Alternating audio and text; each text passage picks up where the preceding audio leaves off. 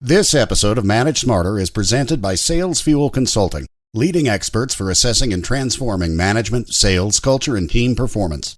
Learn more at salesfuel.com. Welcome to the Manage Smarter podcast with hosts C. Lee Smith and Audrey Strong. We're glad you're here for discussions on new ways to manage smarter, hire, develop and retain talent, improve results, and propel team performance to new heights. This is the Manage Smarter podcast. Hello again, everybody. It's the Manage Smarter podcast. We are so pleased that you're here to join us today. We're going to be talking about business etiquette. I'm Audrey Strong. I am the Vice President of Communications here at Sales Fuel. And I'm C. Lee Smith. I am the President, CEO, and Founder of Sales Fuel. And Audrey, one of the things that's really important when you mentioned etiquette, it's like that's just one component of this greater term that managers who really want to move up in the ranks really need to have, or for that matter, staffers who want to become managers. It's something that they need to have is gravitas. And we're going to talk a lot about that today. Exactly. The minute you don't have it, everybody notices. So we're going to kind of get into this with Deborah Thomas-Nininger. She is the founder of DTN Productions International. That's a company that provides professional development training on all areas of international and domestic protocols, specializing in reputation management and communication effectiveness. Now, she brings to you more than 20 years of business etiquette, communication, and self-presentation expertise. Everybody needs to have this. Rooted in behavioral science and successful human interaction. And get this, 2 books coming up this year, right, Deborah? Reputation Management, Building Your Brand, and Tweetables for Life. I love that title, available this summer. Deborah, welcome to the table. Thank you. Delighted to be here. So we wanted to talk a little bit about business etiquette, and you had mentioned the term gravitas. Let's start with that and spool out from there. What is it? Well, it happens to be one of the new buzzwords, but it certainly is not a new attribute. In fact, it dates back to the times of the Romans, where it was considered to be one of the 4 pillars of character. And a person who possesses gravitas, they are trusted, they are highly regarded, they are not second-guessed, they have a certain presence about them that immediately makes people want to pay attention. So what are the other 3 pillars? That begs the question. Right. I think some of those have gone by the wayside because gravitas really kind of embodies everything.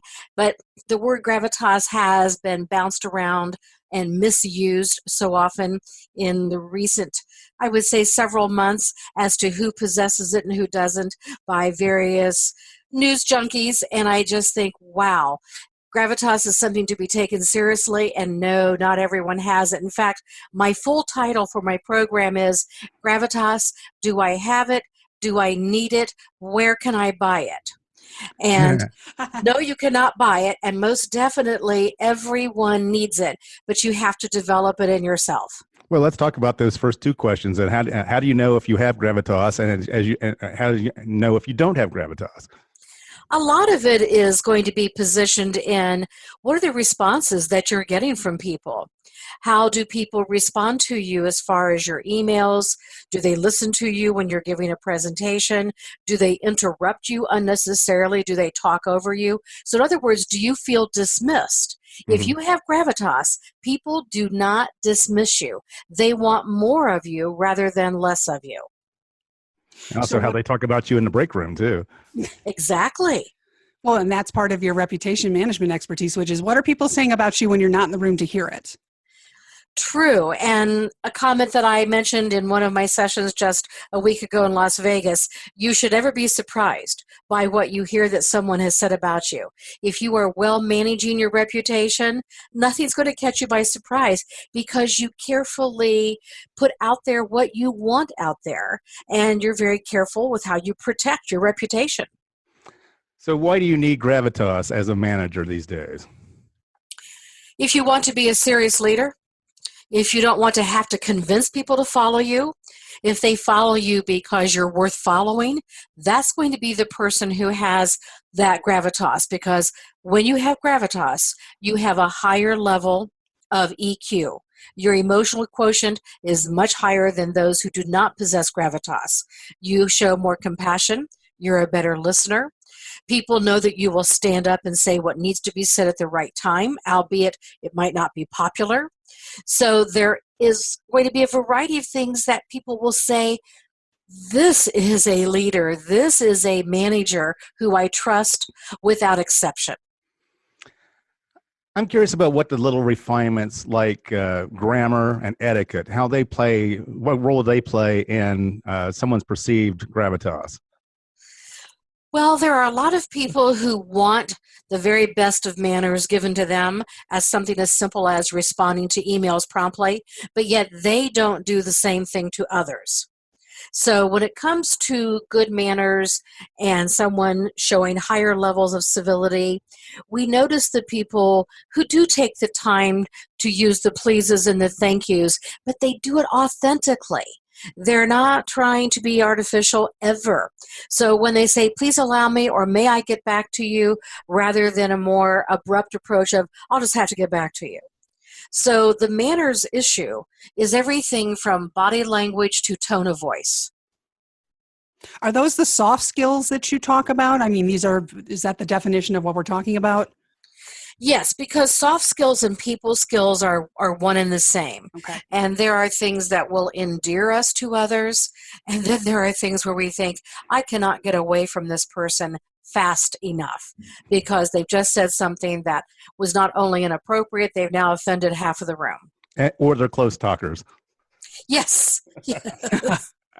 Now, so as a leader, I'll give you an example. I has sent an email to somebody, and their work style is to triage their emails and compartmentalize them. And I got an answer a week later, and that's just their work style. And so it came across to me one way, but it really was not something that I took personally. And from their service level perspective, they answered it. But in my perspective, it was a week late.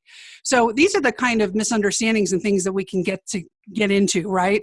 That cause problems. Yes, and there is a tip that I give as part of one's reputation. And no, not everyone embraces it, but that's because a lot of people give themselves excuses. But if I receive an email, everyone deserves an acknowledgement.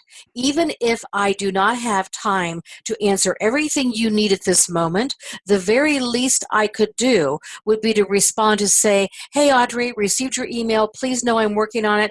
I'll have everything to you by Friday. That takes 15 seconds of my time. I have shown respect to you. I've also shown good time management. And I also, if I'm a manager, I'm leading by example.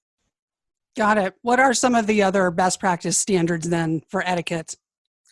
I think part of it is, just as we mentioned starting today's podcast on time, there are people who always start their meetings late. So they know they can arrive to those meetings late. There are people who do not stick to the agenda of a meeting. And of course, one of the biggest workplace complaints, unnecessary meetings and meetings that do not accomplish what was the meeting supposed to be about. So good manners always comes down to how am I showing respect for your time? And so our reputations precede us in being known as someone, if I schedule a meeting, it's worth going to. And it's going to start on time, it's going to hit the agenda, and it is going to end on time and maybe even early. And guess what? If I'm attending your meeting, I'm not going to be on my phone. I'm not going to allow distractions. I am going to be an active participant, not a spectator. So I'm going to give you a little bit of a lightning round here, Deborah. So I want to know the number one mistakes that managers make, or that just people in the workplace make that basically that limit or lower their perceived gravitas. So you ready? I am ready. Okay. So number one mistake people make at the table when they're dining with an employee or a coworker Would be probably being too fixated on their food and not knowing how to make small talk. Oh, okay. Oh, expound on that.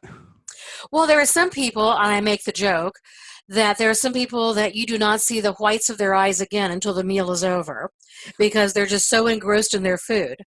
And then they might have a sundry of other bad table manners, from talking with food in their mouth, not using their napkin correctly, and certainly talking about things that might not be the best table conversation. Then there are people who also don't wait for everyone at the table to be served. So dining etiquette, because it is something that I still get a lot of requests for after all of these years. We do a lot of business in social situations. So a person might have impeccable business acumen, and then their social skill set just goes right out the window. And you think, okay, I don't believe I want to be across from them at the table. Mm-hmm. Wonder why that happens. You were the person that taught me which fork to use for the salad. So I mean, that was many years ago. So. Yeah, but Lee and I were in San Francisco. Actually, no, we were in New York City, and we were at a business dinner with some people we had just met through an event. And the order came in pieces, and my plate was there before some other people, and I sat there and didn't touch it until everybody had their plates, because that's what you do.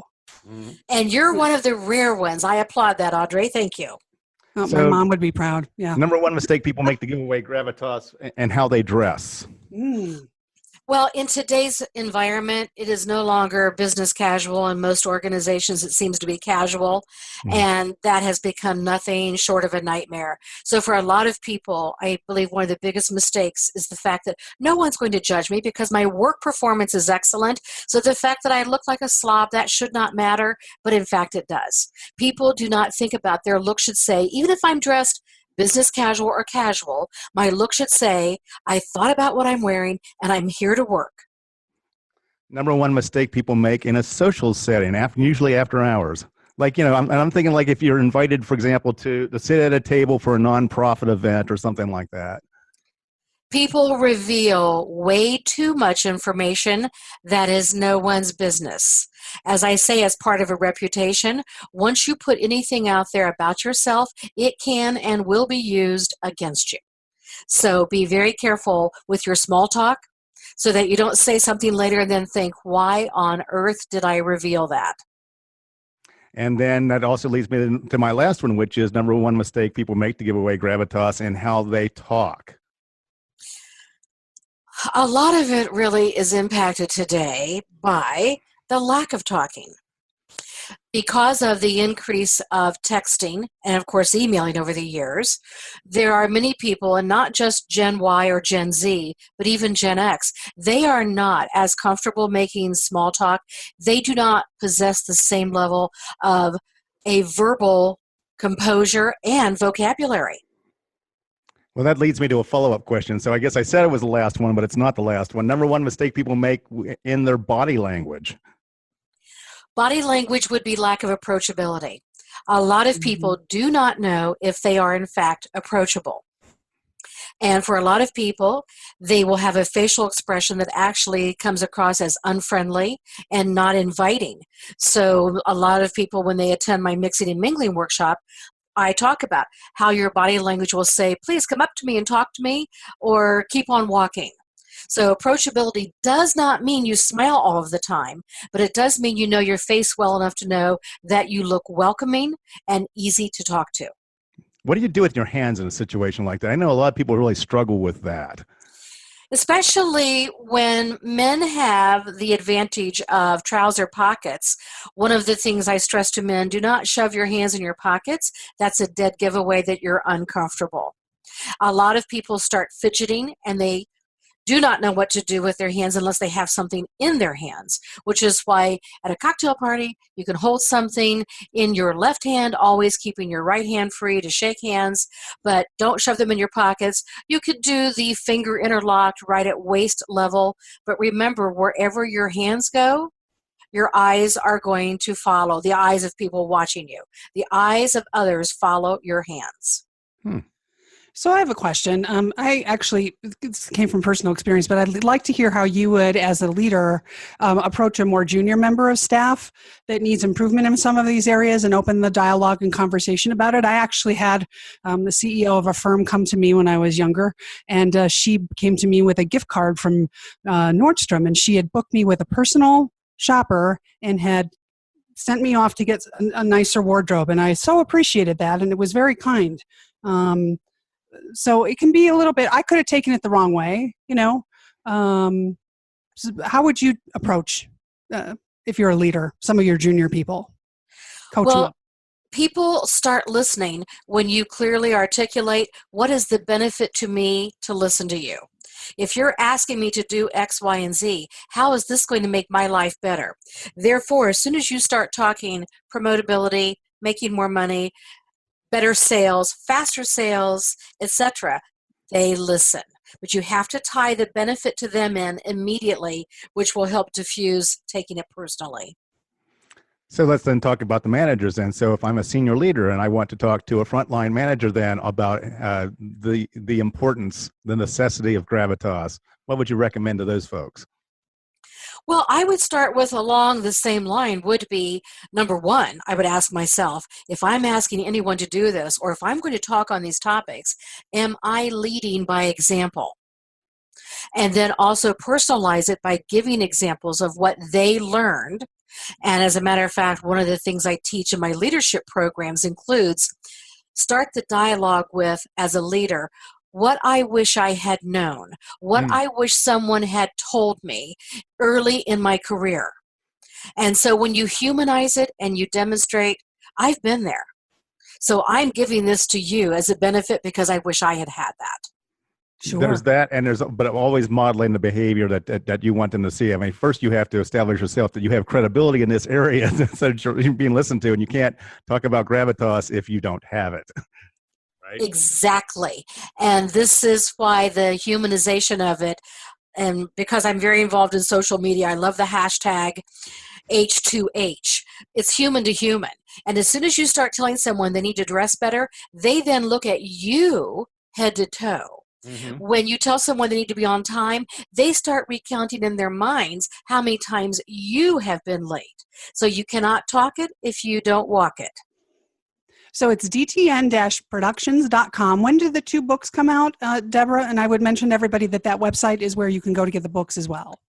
Yes, well, currently one of them, The Tweetables for Life, is in the hands of my editor, and Reputation Management will be in her hands late spring, and so we're looking at a summer delivery for those books. The Tweetables for Life, they are frankly my very little pithy quotes that I put on Twitter. That's pithy, right? Pithy, right? Yes. Okay. I love it. Just making sure. Give me an example of a couple tweetables. I mean, let's wrap this up with a couple tweetables that people can. Give us a couple, Deborah. Well, I love tweeting about things that come down to either kindness, but I also do incorporate things from my workshops on business etiquette, etc. But one of my very favorite, as I say, tweetables I like to give out is on a daily, and I use quotes also from very famous people as well for excitement as also some optimism. But I do talk about the importance of, this is my option and I have decided today to make a difference in someone's life. Oh, I love it. Well, I would love to have you back. Deborah, what a pleasure having you on the show. And words of wisdom, everybody, please heed what she has to share today. Thanks for listening. If you enjoyed the show, please rate and recommend on iTunes, Overcast, or wherever you get your podcasts. You can also get more great information at salesfuel.com.